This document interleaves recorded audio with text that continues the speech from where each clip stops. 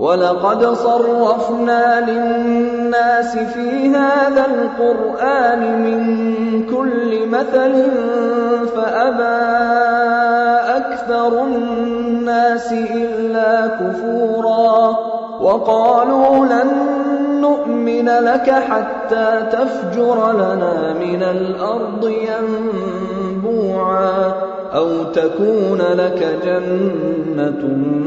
من نخيل وعنب فتفجر الأنهار خلالها تفجيرا أو تسقط السماء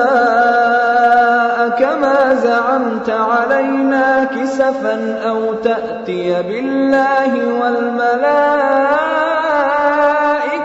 قبيلا أو يكون لك بيت من زخرف أو ترقى في السماء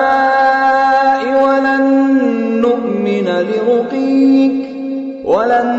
نؤمن لرقيك حتى تنزل علينا كتابا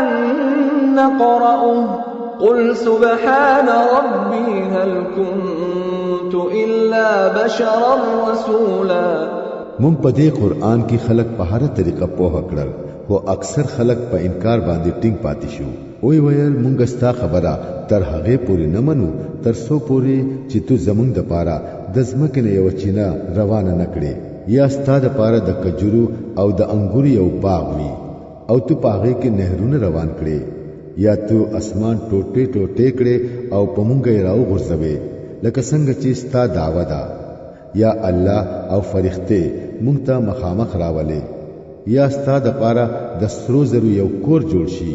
یا تو اسمان ته اوخېږي او ستا په خطو باندې به هم مونږ تر هغه پورې یقین نکوو تر سوچي ته په مونږ باندې د برنه یو لیکل خط نازل نکړي چې هغه مونږه په خپل اولولو. اے نبی صلی الله علیه وسلم دوی ته وایا پاک دې زما رب آیا زه د یو پیغام راوړونکو انسان نه سیوا نور هم سیم